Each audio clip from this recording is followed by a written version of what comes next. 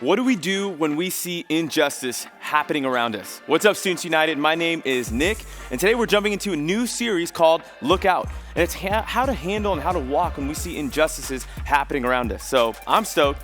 But before we jump into that, me and Yasmin got a little challenge. Let's take a look.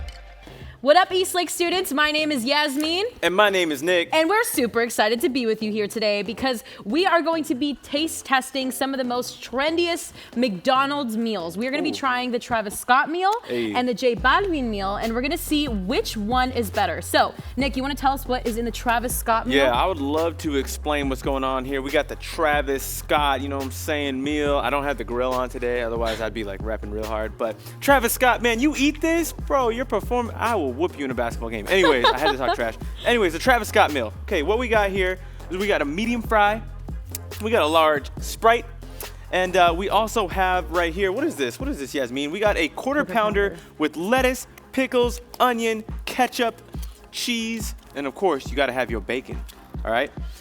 Looks pretty good. I mean, should we have to have the barbecue sauce. In order to make it a Travis Scott official meal, you have to dip the French fries into your tangy barbecue sauce.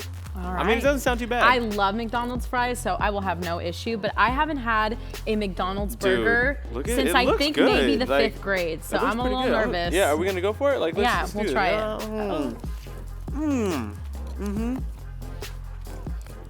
Okay. What do you think? Yes. Love at first sight. Or love at first taste. I don't know. I took a really big bite. I did too. It's not too bad. It's not too bad. Reminds me of being a child. Okay. Here, she's still working on it right now. She might have to leave. She might have to, like, I don't know, throw up. But hey, check this out. We got French fries. We gotta dip it into this sauce.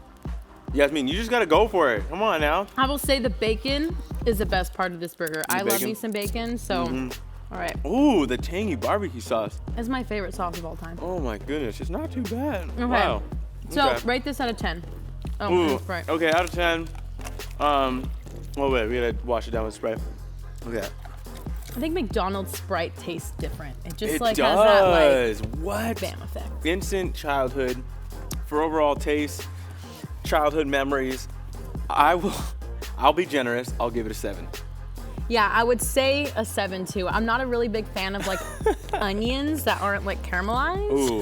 Because I'm bougie. So dang. I would say it was pretty good though. But I'm interested to see. I've never had a Big Mac in my entire life. In my entire life. Oh. So that is what the J Balvin one has. What makes it different from the Travis Scott one is you get the regular medium-sized fries. You have a Big Mac and a McFlurry. And I love McFlurries. Like I am obsessed. The M&M one's my favorite, but this one is the Oreo McFlurry. Come on now. So.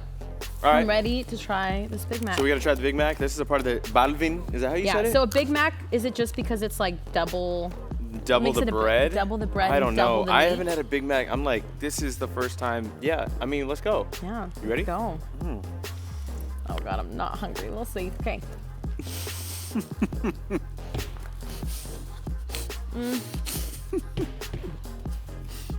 All right. Yep. Yasmin, you're probably gonna get one on the way home. I know it.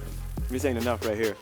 Wow. I would say In-N-Out is better than that. Well, of course, In-N-Out's better than any fast food chain. Come on. Out of the two, which one was your favorite? Ooh, okay. Out of the two, I'm sorry, but I'm gonna have to go with the Travis Scott.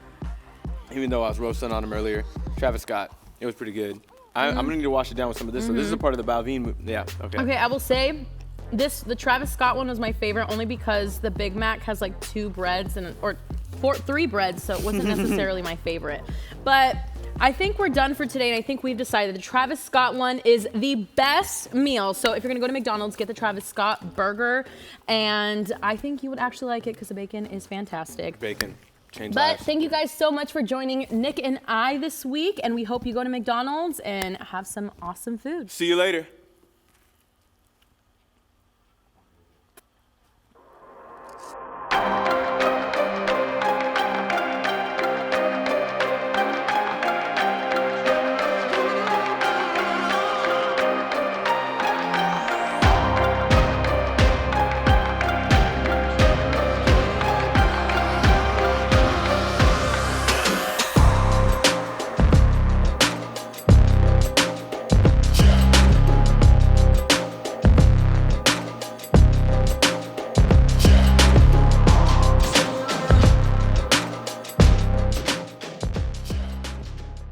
Let me ask you a question. Have you ever seen something and just thought, this isn't right? Or maybe you thought, this is so not fair.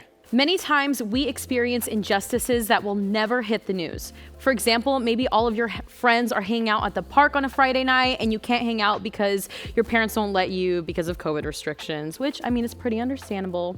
Or maybe you haven't been able to go to basketball practice, soccer practice, or even your dance class. Or maybe you see people being really mean, like on Twitter or even in person. We all experience things in our lives that feel just so unfair. But other times, maybe we feel like maybe it was right. I think it's usually obvious when we feel like all is right in the world. Like, what is that called? That's called justice, right? When things are just all good, when everyone gets the same amount of homework, when you feel like there's nothing to be frustrated about, and you usually don't think about it because there's nothing to think about. Everything is great.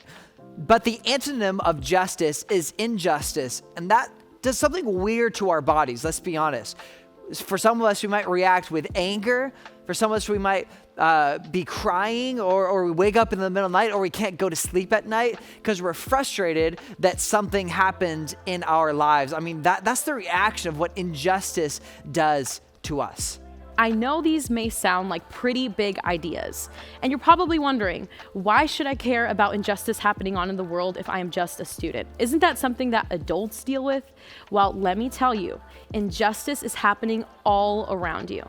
Gosh, I remember when I was in high school, I had grown up playing lots and lots of basketball with a group of kids since like 7th grade all the way up until junior year of high school. I'd played the same team. We'd gone to different tournaments together and everything like that. But junior year was a little different. There was lots of different things happening, and we were super busy on top of just lots of people trying out for the team. And for some reason this year, they decided to cut me from the team, along with my brother, along with one of our other friends, and a bunch of other people on the team. But unfortunately, it happened to be basically almost all the black people on the team.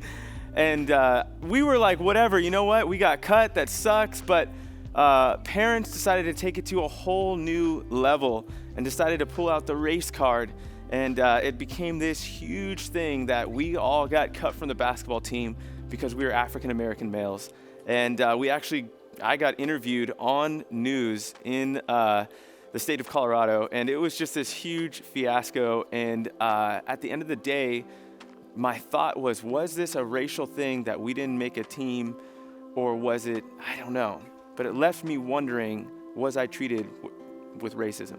The question is, do you like injustice?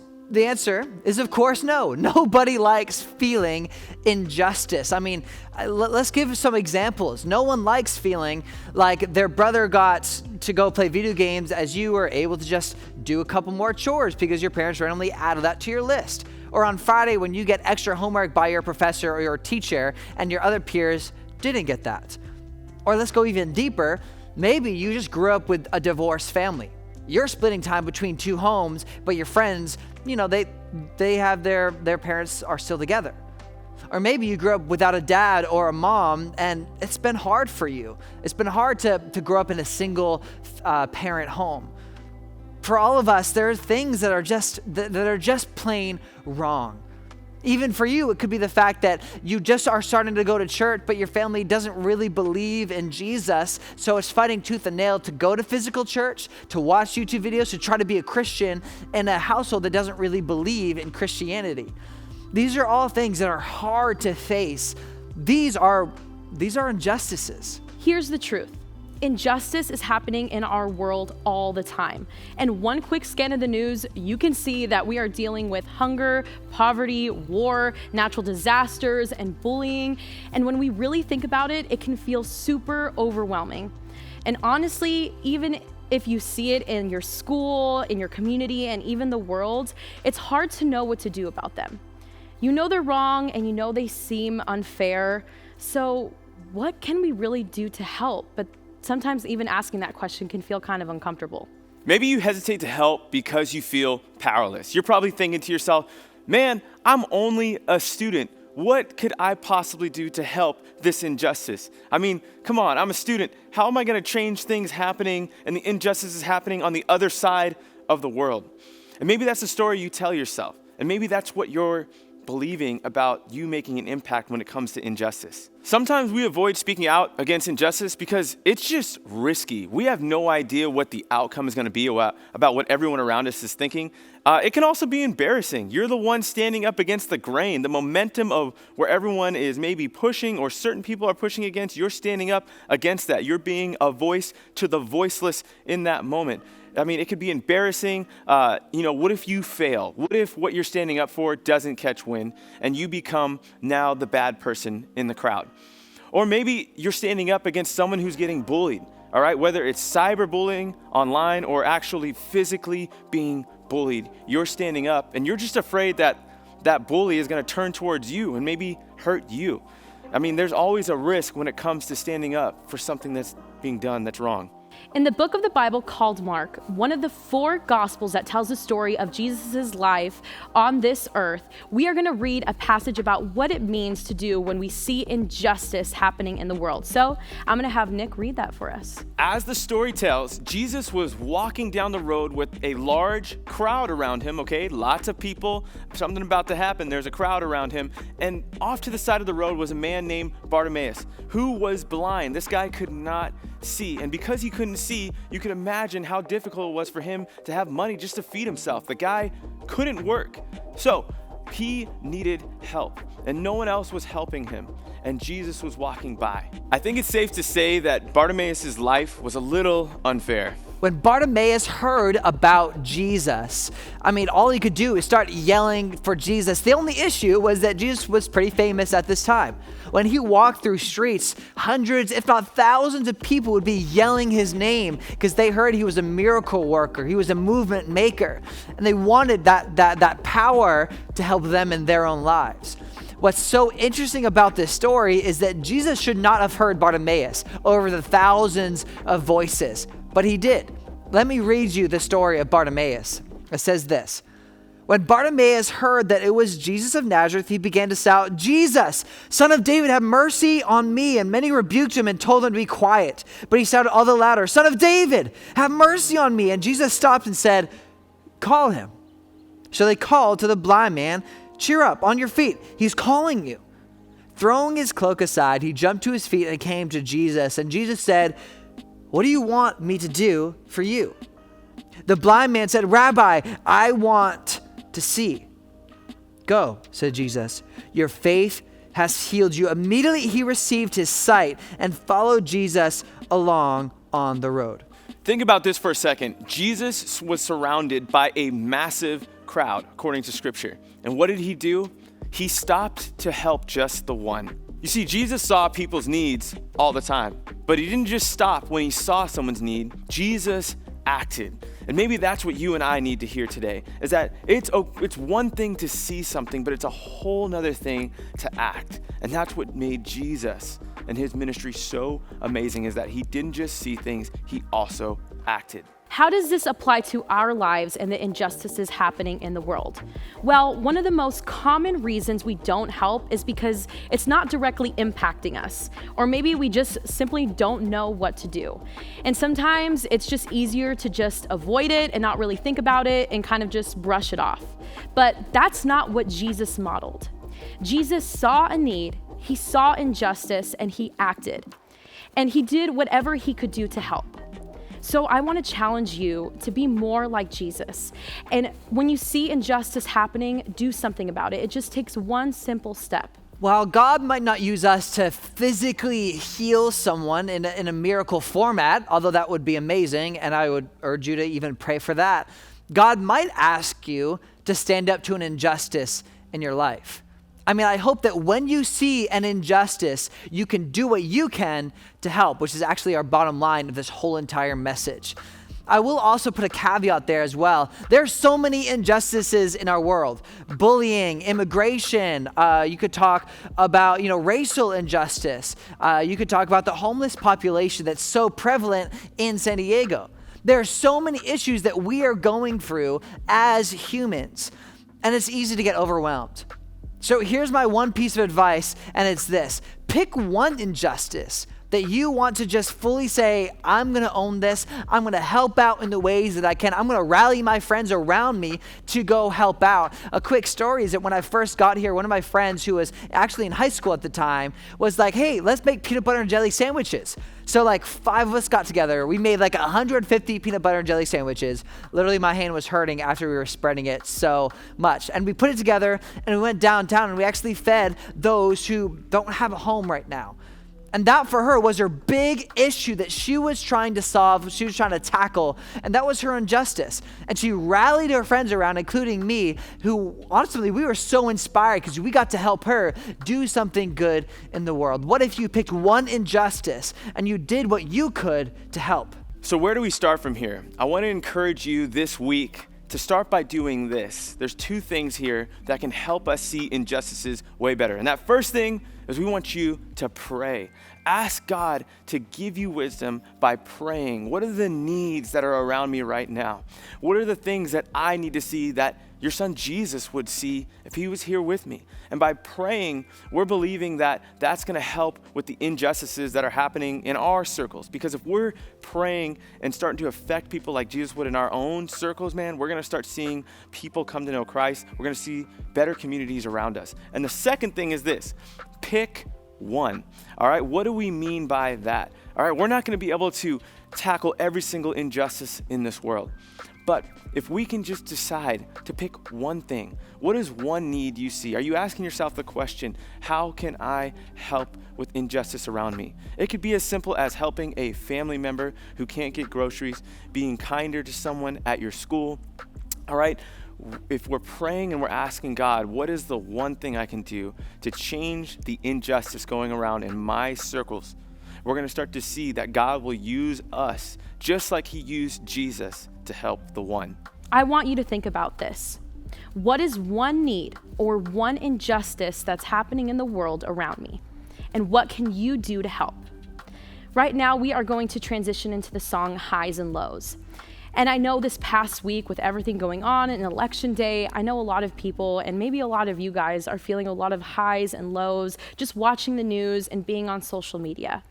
So I want you to reflect on this song and know that Jesus is going to be with you wherever you go.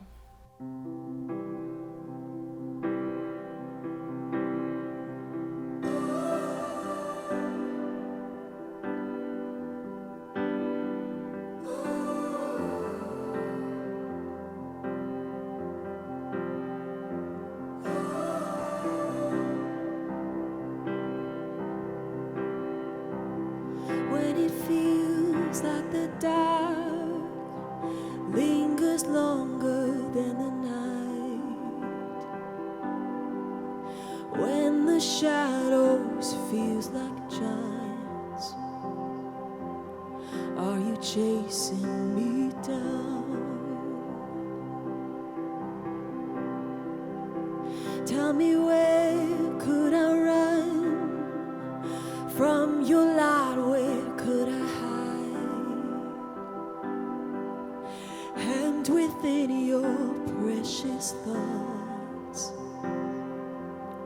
there's no hiding from your love.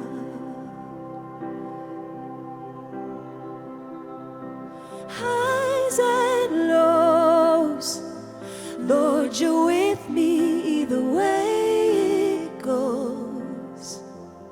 Should I rise or should I fall? Even so, Lord, your mercy is an even flow. You're too good to let me go.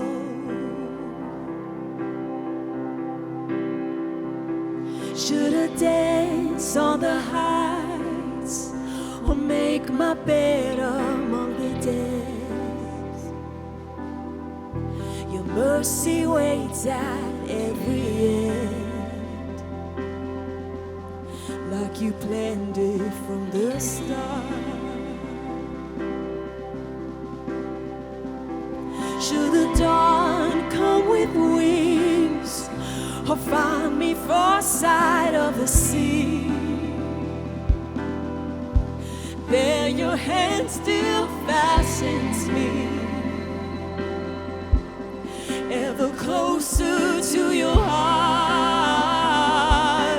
Oh, highs and lows, Lord, you're with me either way it goes. Should I rise or should I fall? Even so, Lord, your mercy is an even flow. Should I rise or should I fall? You were faithful through it all. You're too good to let me go.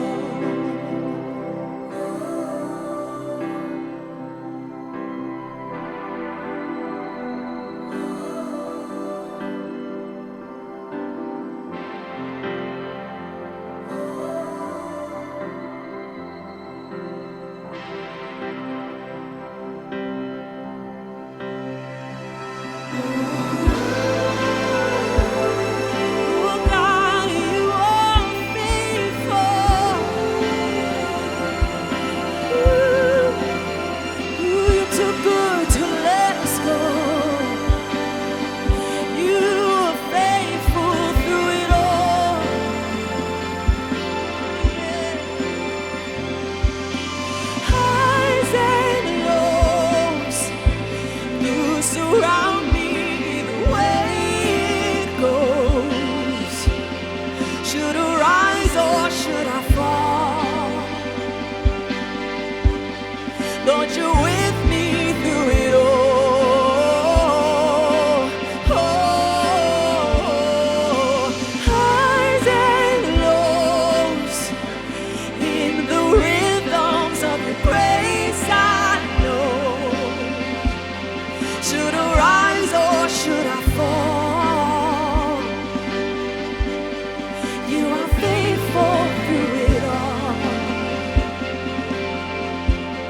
You're too good to let me go.